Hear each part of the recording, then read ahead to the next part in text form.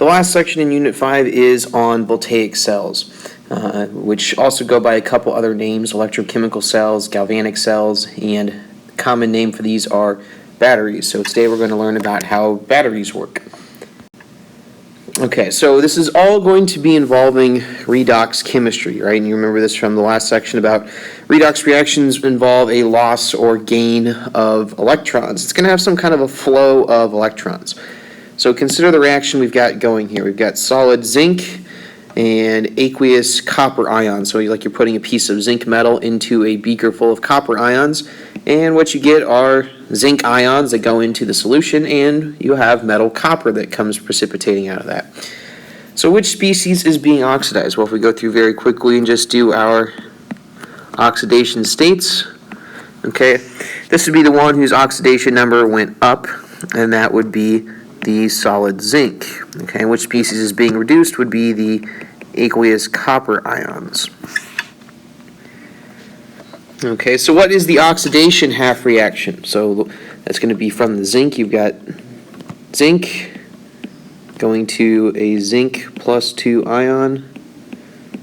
We'll include the states just for the sake of doing that. Plus, it's losing 2 electrons to do that. And what is the reduction half reaction? Well, that is the aqueous copper ion gaining 2 electrons and becoming solid copper. So those should be familiar to you at this point. Nothing new there. Okay, and what does this actually look like in real life? Well, here you've got a beaker, you've got a plate of zinc metal in it, and it's inside of what is probably, let me change this to green for a moment, a beaker full of some kind of a zinc ion solution, probably something like zinc chloride. That's probably what that is. Okay. And so we know that electrons are flowing from the zinc, okay, to the copper ions. Remember, we just saw with the half reactions that the zinc, okay, is going to the zinc ion plus 2 electrons. Those 2 electrons are going to gain with the copper ion. You get solid copper. Okay, so what's happening here is electrons are flowing from this side of the equation to this side of the equation. That's actually what you see down here in this demonstration we have set up. This is what you'd call a galvanic cell, a battery, electrochemical cell, a voltaic cell. Is we have electrons flowing, right? That's what electricity is. It's the flow of electrons. So we can make that happen through redox chemistry. So in this situation, it's flowing from the zinc side to the copper side. So it's going to flow along this plate. They've connected it with a wire over to the other side. Okay, and that is the copper plate there. Well, what's happening is your zinc on this zinc plate is actually becoming zinc ions in solution. That's what's happening right here. And as the electrons flow over here, the copper ions in solution join up with them, and copper will plate out on the electrode right there. A Voltaic cell, so a definition of it: an apparatus that uses a redox reaction to produce electrical energy or uses electrical energy to cause a chemical reaction. There's our definition. Half cells. Okay, so you've written half reactions. Now we're going to look at where those half reactions are occurring. Okay, one of these beakers is the oxidation side, and one of these beakers is the reduction side. It just depends on which way the electrons are flowing. If the electrons are flowing this way, you'd have the opposite situation of what we've got right now. Okay, you've got the oxidation occurring at the anode, and reduction occurs at the cathode. Okay, so right here, you see that we have the electrons leaving this metal. Okay, it's losing electrons. So here you have, your Leo situation, and over here you have your Gur situation. Okay, and so this is going to be the anode right here. That's going to be the anode. And this guy over here is going to be the cathode. That's where the reduction is occurring, right? We're losing electrons on this side and we're gaining them over here. A simple kind of device to remember this, which one occurs at which.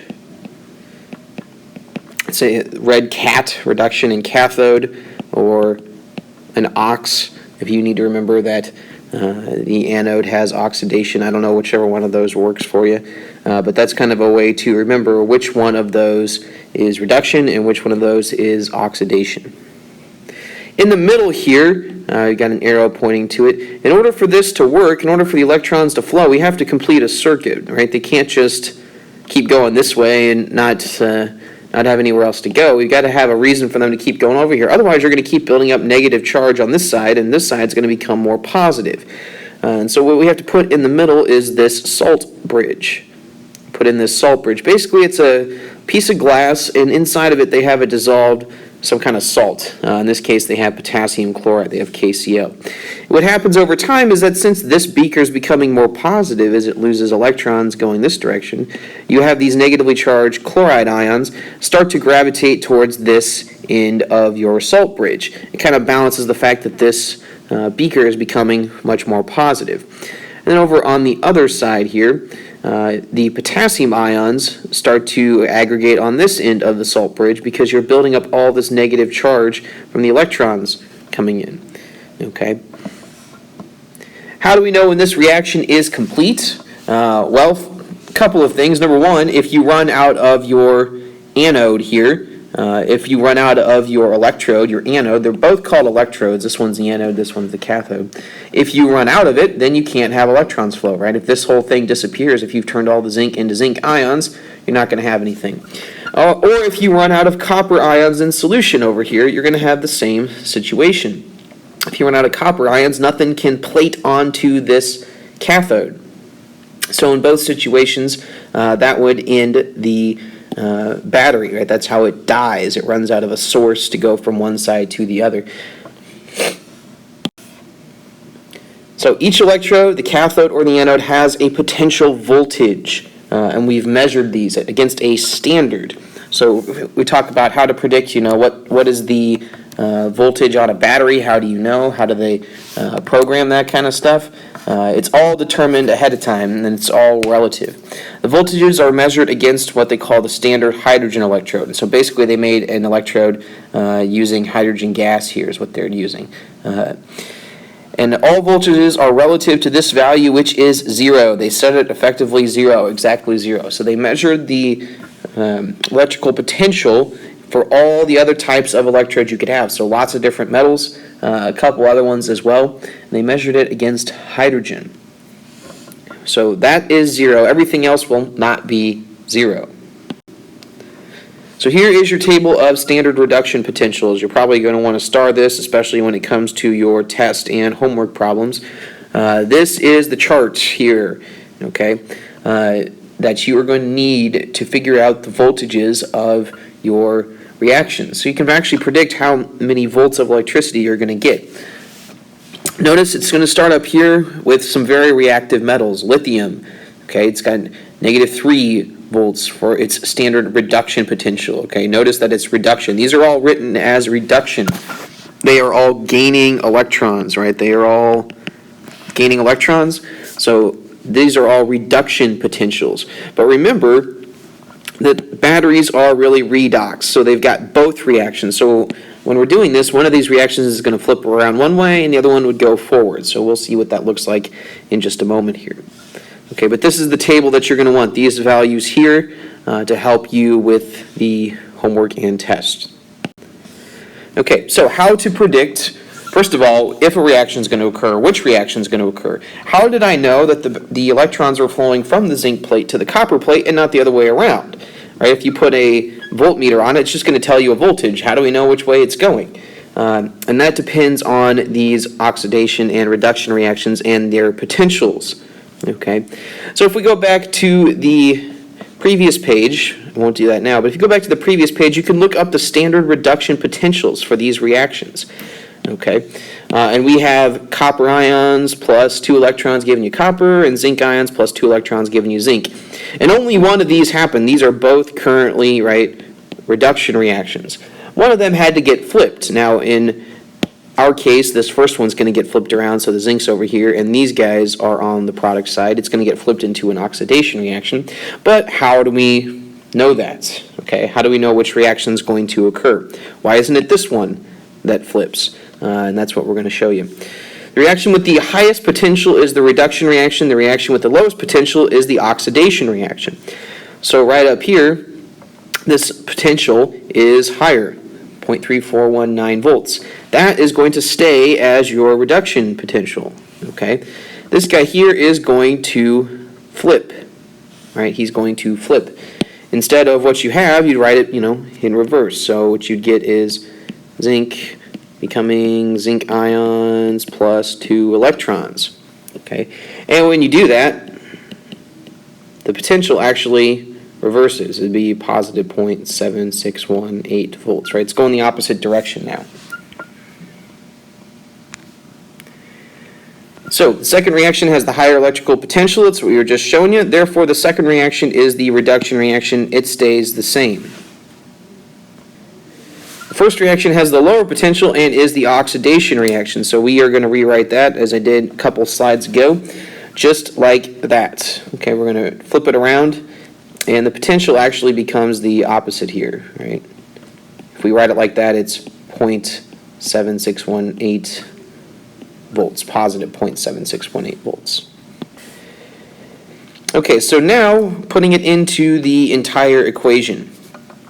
Okay, we need to figure out what is the overall voltage that you're going to get out of this. If you made a battery out of zinc and copper, we should be able to measure the voltage and predict what it's going to be.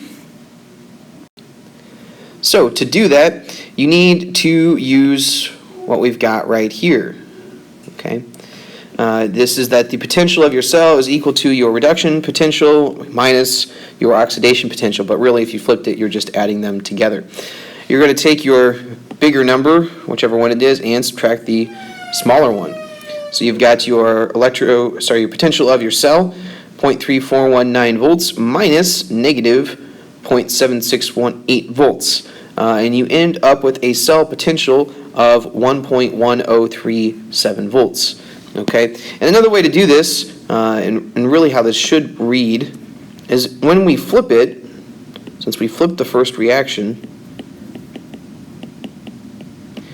really what we did is we went ahead and flipped the sign on the potential. Those are called cell potentials anyway. So really we are just adding them together at that point, right? We got 0.3419 volts plus 0.7618 volts. Okay, that's really what we are doing here. We are flipping the smaller one. Now they're not always going to be negative like this one was. Sometimes they're going to be positive. So you can be, subtracting a positive number here. Okay, and then lastly, one example for you. So we have written out here 2 reduction reactions and the reduction potentials over here on the right. Okay, the E cell potential.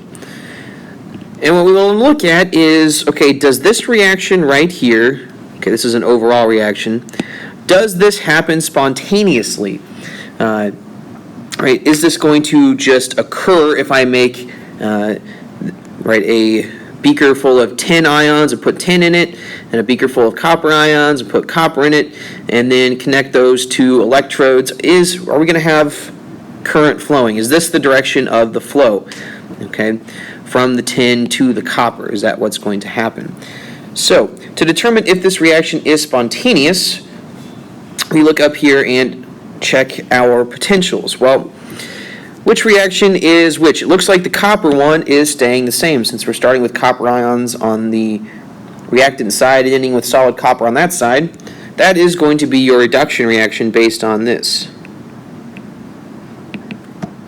Right, and that is 0.3419 volts, which means we need to flip this guy, right? This one, the tin reaction, is going to flip to match our reaction down here. Okay, and in that case, we're going to end up flipping the sign on this, plus 0.1375 volts. Okay, since we're subtracting this value now, it becomes positive. And if we do that, let's see what we get here. Okay, we got 0.3419 plus 0.1375, 0.4794 volts. Is the reaction spontaneous? If your potential, it's written like that, is greater than 0, then it is spontaneous.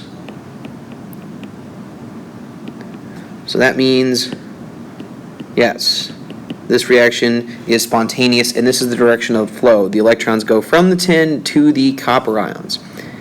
Okay, so identifying the anode and cathode, well, those have got to be the actual, right, the electrodes, the solid metal. These guys here are your solids. These ones here are aqueous. Okay, so anything that's solid, those are the things that are going to be the electrodes. Okay. Well, which one is which? Which one is having each type of reaction occur at it? The tin is going to lose electrons. It is getting oxidized. It's going from 0 to +2. Okay, the tin is oxidizing. And which one occurs at, well, which electrode is the oxidation occurring at? That would be the anode. Okay, so the anode here is your tin, your solid tin, which means the cathode, where reduction is occurring, is on your solid copper plate. Okay, that is the cathode. All right, that's what's happening to it over time. Now, over time, this is becoming tin ions, and your copper ions are becoming solid copper. So what's happening to the anode over time? Well, you're getting less and less and less and less of this. Your anode loses mass. It gets smaller until it runs out, and once it's out, your battery is dead. Okay? Your cathode then is going to do the opposite. It's going to gain mass. Okay, so it gains mass over time until it runs out of copper ions in solution to gain more mass, and at which point it stops. A good question that's always asked is, well, what about, rechargeable batteries? How do they work? And effectively what you're doing is you set up your battery and you run it, and then when you plug it into a wall, you force the electrons to go in the opposite direction. You force this reaction to go backwards. So if this was a battery made out of, tin and copper, what you'd end up doing if you plugged it into a wall, if it was a rechargeable battery, is you end up forcing it going the other way. You rebuild that anode, you rebuild the tin, and then when you unplug it, it keeps going this direction. Okay, so reversible batteries, rechargeable batteries, what you're doing is you force for a very brief moment of time, whenever it's plugged in, you force it to go in the other direction. You force it to go actually to the left. Okay, that's what happens when you plug it in. As soon as you unplug it, the electrons start flowing again this way, so they start going forward. So that's how a rechargeable battery works. Most of them, actually, if you note, are made out of lithium, because lithium is going to give you the highest voltage. You can run the most volts off of that, okay, as a reduction potential.